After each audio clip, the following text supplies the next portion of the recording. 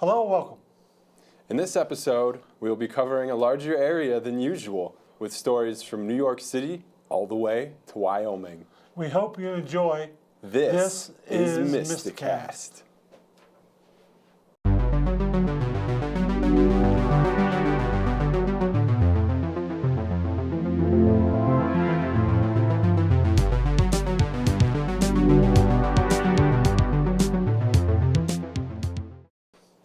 Hello, I'm Jacob Meitinger, joined today by my fellow co-host, the man, the myth, the legend, Tom Delosier. Procrastination, we've all done it, some more than others. Does the time crunch it causes help or hinder us? In reference to procrastination, you've all heard the statement, "I work better under pressure." But does this statement hold true? The answer may come as no surprise. In a study from DePaul University, it states that working on a project or a task within a limited time frame may make chronic procrastinators feel anxious, depressed, or even bored, so they attempt to avoid starting or finishing the project. And for the most part, it seems that BSc students agree. I'm one of those people where I need to have it turned in on that day. I always try and avoid getting docked for something because every point matters. And most other students share that sentiment. Sometimes when I have not as many classes, I do procrastinate, but since this semester I have 7 classes, I can't really afford to, I guess. But what causes procrastination? Some may say that modern technology plays a good part in why it happens. I think students have the sense of procrastination that they can get away with it because the internet is so easily accessible. Before, say 15 years ago, 20 years ago, you had a paper project, you'd have to make sure the book was in the library. You'd have to maybe interlibrary loan it. You might have to actually find it. Now people are so used to or accustomed to simply putting their iPhone down, type a couple things in, they got the document. Coming at you from Procrastination Central, I'm Adam Pfeiffer. And you can be assured that Mr. Pfeiffer did, in fact, procrastinate on his story. Over spring break, I took the opportunity to travel to the breathtaking views of Jackson Hole, Wyoming. Here is some of what I experienced. Welcome to the beautiful Jackson Hole, Wyoming. This is the main intersection in town right next to the park. This is Broadway, the main street in Jackson. Notice the elk antlers at the entrance walkway to the park. This is the main park in Jackson, and on all sides there are plenty of shops, restaurants, plenty of things to see and do in Jackson. There's art galleries, bars, lots of good stuff. My wife and I, when we hit a new town, we like to travel around, get to know the street, get to know the layout of the town. We're there for a couple of days so we know our way around. Show us a nice little town. These are the beautiful Grand Teton Mountains. Jackson Hole is nestled in the Grand Teton National Park Valley. You can ride up through the valley on both sides of the road are the beautiful mountains of the Grand Teton National Park. On the edge of town, there is an elk reserve. And as you can tell, there are many elk. This is just a portion of the 9,000 elk that were there during the winter months.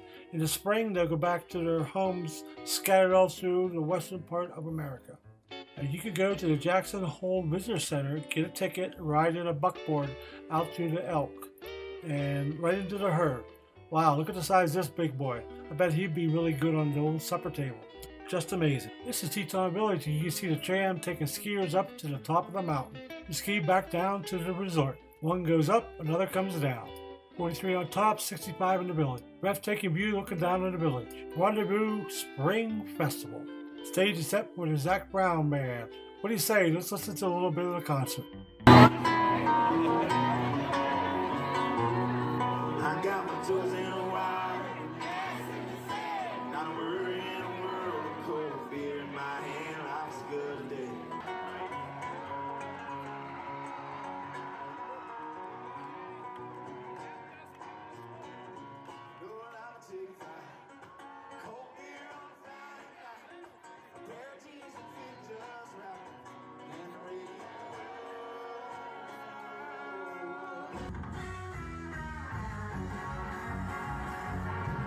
There's a note on the table, said I can come back till your sorry ass is gone. I'm tired of it cheating and running around. Never said the wrong thing. The amazing thing was, poor Zac Brown, he had the flu, but he still come on stage and gave everything he had.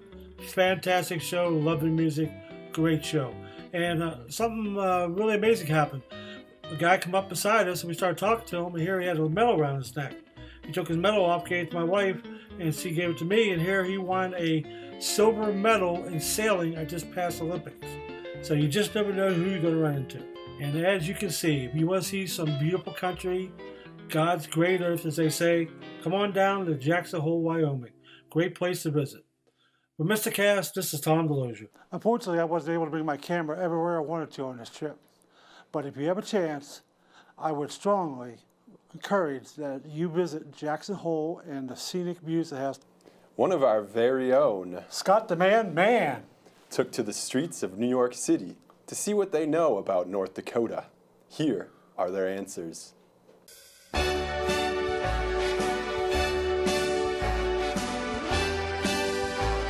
Hello, everyone, ladies and gentlemen, and welcome to a brand new episode of Man on the Street with Scott Man. I'm back, and we are in Times Square in New York, and we're going to find out what the locals think of North Dakota. All right, what do you know about North Dakota? I know it's north of South Dakota, and it's south of Canada. Nothing. Nothing? Absolutely nothing. I know that it comes in the song 50 Nifty right before South Dakota. There's a lot of Mormon people there, and it's cold. Do you guys know the capital city of North Dakota? Pierre? Yeah, no, it's South Dakota's Pierre. South Dakota. What is North Dakota? Pierre or South Dakota? No idea. It starts with a B. Bismarck. Yes, Bismarck. There we go. Bismarck. Bismarck. Bismarck? Yeah, absolutely. There you go. The capital city? No, not really. I don't know the capital city of anywhere. All right, it's Bismarck. Here's a local pigeon. It's a no-go. Have you thought about it, North Dakota at all? Like the pipeline's been happening recently. Dakota pipeline, yeah. Yeah, do you know anything about that? Disaster, that's what. Oh, yeah. Well, don't even get me started on the pipeline. All right, what do you know about that? That it's a big piece of bull. Vinny, give me a slice of pizza, Vinny. I'm on 34th and 9th. It's so freezing, Vinny. And can you do a North Dakotan accent? No, I can't. I'm from New York. I'm not going to do North. I don't even know what that sounds like. Does that sound like you? Yeah, it sounds like me. You betcha. North Dakota. Oh yeah, you betcha. Oh yeah, you betcha. Oh yeah, you betcha. There we go. Thank you guys very much. Oh, Gina. Oh, yeah, you betcha. Oh, yeah, you betcha. For Mystic Media, I'm Scott Mann.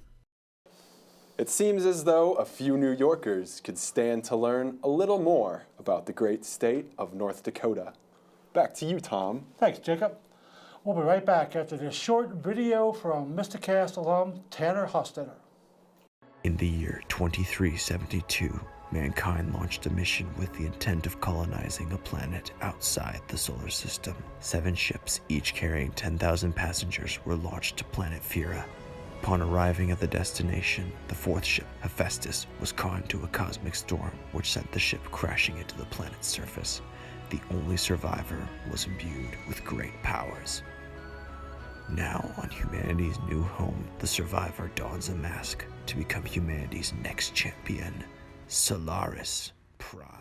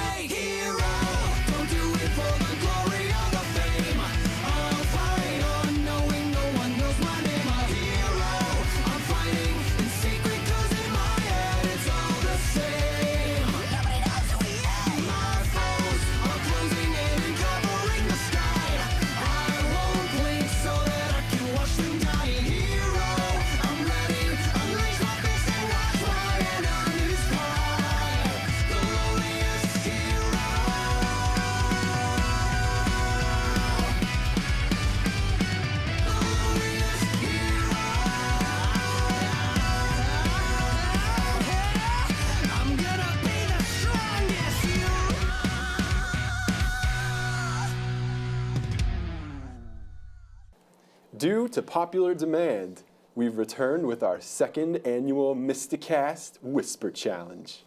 Here's Riley Nightguard with the explanation.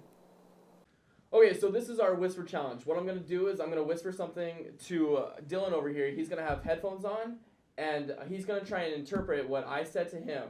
And then he's also going to say the same thing to Scott. He's also going to have headphones on, and then on to Adam. And then whatever happens, I guess happens. So, all right, go ahead and put your headphones on.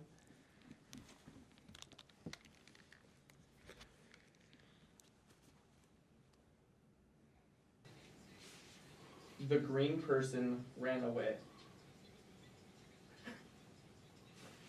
The green person ran away. Oh no. Okay. 3 plus 2 equals now. Oh god, I did not get that right. Did you do that again? 3 plus 2 equals now. What did you say? 3-piece chicken and cow. That's what I got from so I said the green person ran away, and he got it, but you... Really? Yeah. I thought green was 3. Okay. Write a nice letter to your grandma and tell her you love her. Write a nice letter to your grandma and tell her you love her. That is so long.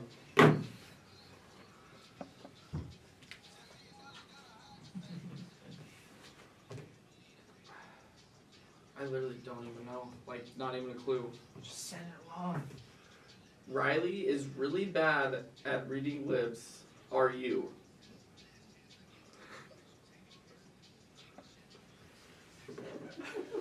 Riley is really bad at reading lips. Are you? Whoa, there's a lot there. Let's go again. Riley is really bad at reading lips. Are you? God, this sentence is just going to be out of left field. Walleyes are bad. Reading lips is hard. I actually thought I saw reading lips is hard at the end. What was it? Write a letter to your grandma and tell her you love her. I came up with Riley is really bad at reading lips. Are you? There's a little internal bias there, I think. Here we go. Tell all the turtles I'm coming home. One more time. Tell all the turtles I'm coming home. Okay. All the coats are horrible. One more time. All the coats are horrible. Our clothes are horrible.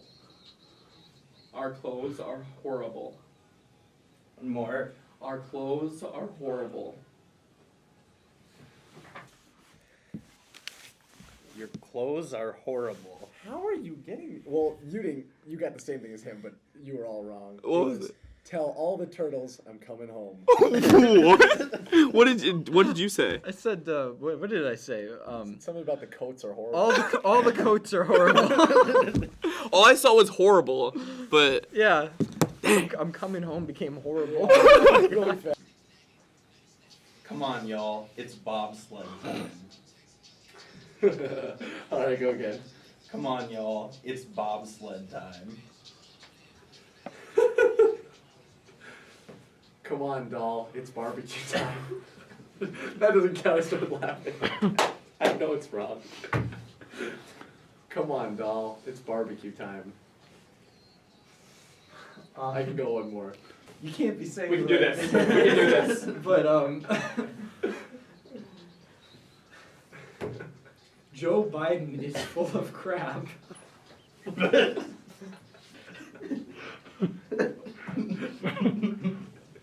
Sorry. What?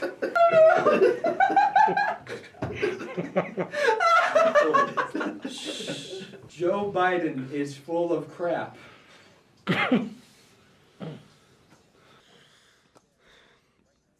John Fries is a rapper? What was the actual one? Okay. I said, come on, y'all, it's bobsled time.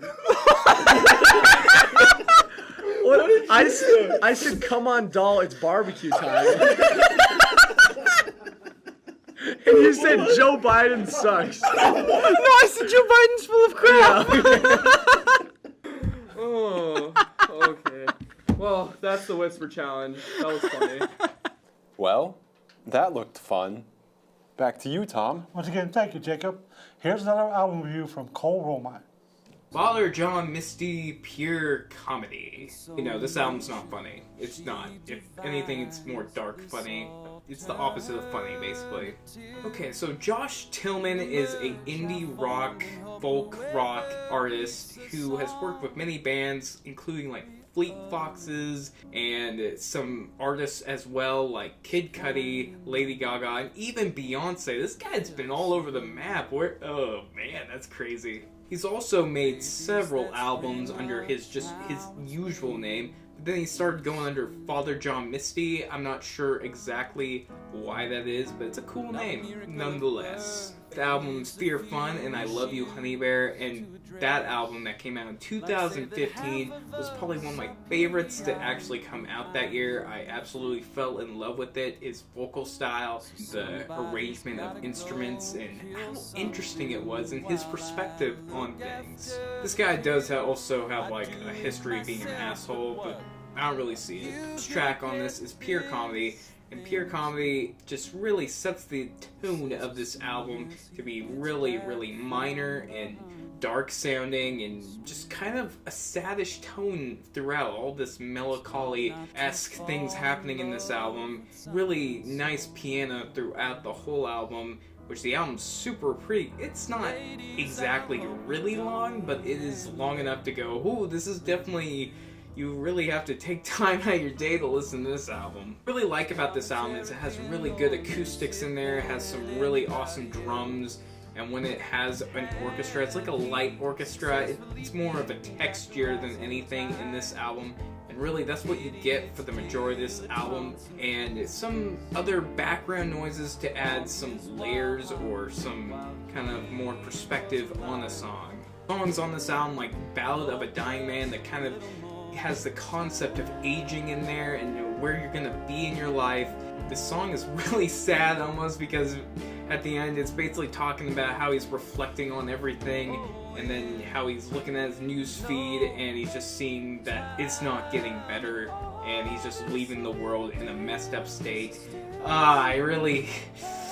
This album kind of makes you a little depressed, just a little bit. Then you have songs like Total Entertainment Forever and The Memo that kind of has that more technology base, like we're almost not as social as we used to be, but I guess at the same time we are because we use technology to do that, and it just, all these advancements has just been crazy, and it's kind of just looking at it like, whoa.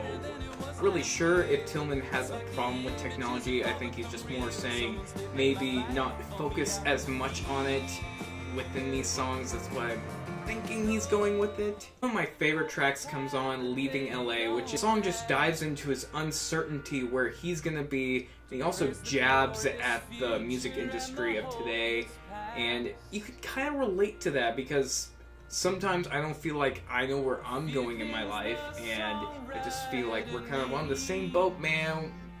Just gotta pull through. Then we get to the song Within 20 Years or So, which is basically saying, yeah, we're doomed in 20 years. That's great, Tillman. Thanks for letting us know. And that's basically saying we're fucked. Yeah. Kind of depressing, but it's written really nicely. What I really love about this album is Tillman basically doesn't hold back how he feels, and you're kind of seeing his perspective on everything. He just takes a big leap in that direction while he's talking about aging, technology, and how the world's changing with environment problems and all these things jammed into one album that seems really cohesive and original, kind of, because some people have touched upon this subject, all these subject matters, but I think he does a super excellent job at it while not coming off to be like a prick or anything about it. sorry for the language, but really feel like you're being put on the spot while you're listening to this album, where you feel this uncertainty with your life also. And maybe that's just me though, because this album really touched me in all the right places, and it kind of made me a little depressed today. But that's what this album's good at, I guess. It's not a bad thing, it's just, it really got to me in a good way. I really enjoyed this listen. Enjoyed the instrumentations here. I enjoyed the vocal deliveries, even though he doesn't really have a lot of range in his voice, but he really has that great delivery that is just kind of snappy and like a really laid back way. And sometimes he does go up in his pitches, and I like that, especially in Pure Comedy. He has this one moment in the song where he just like belches a little bit, and it's just really good when he does it. It's just, everything is really good about this album. Definitely a 5 out of 5 for me. I wouldn't recommend this to everyone because this is a really slow burn of an album. It's not like this really fun and electrifying album. It's more of an art-ish piece. It's hard to really explain it, I guess. And some of the stuff is repetitive, especially on Leaving LA, but that's kind of the point. It's going for this like one chorus line kind of feel to it, but it's not one chorus line. You just have to listen to the song, I guess, to really get it. But it's more like is kind of singing the same way throughout the whole song, not really having a chorus, so basically the whole song is a chorus. That's how I see it, at least. I do not recommend this to everyone, but this is, yeah, like a 5 out of 5 for me. I love this album. It's freaking fantastic to me. I don't know if I like it more yet than I Love You, Honey Bear, but I do really, really love this album. I think this is the first album I truly have loved this year so far, and I'm hoping there's more to come because we've still got Kendrick Lamar, Joey Badass. I mean, that already came out. I should review that, by the way. I know this review is super quick. I think it is. I haven't edited everything, but I hope you guys have a great weekend or weekday whenever you watch this. Please subscribe if you like this content that I'm putting out almost all the time now. And I don't know, I love hearing from people. I love that comment section a lot whenever I see someone comment, even if it's like something mean. At least it's something. I want to know your guys' opinion on this album. Is this album too political for you? Is it too sad? Is it too moody? Just let me know, seriously. Anyways, I hope you have a great one, and Unfortunately, that was our final story for today, but no worries, there will be more in the future. Make sure to keep up with upcoming episodes of MystiCast by checking mysticmedia.com or youtube.com/MystiCast.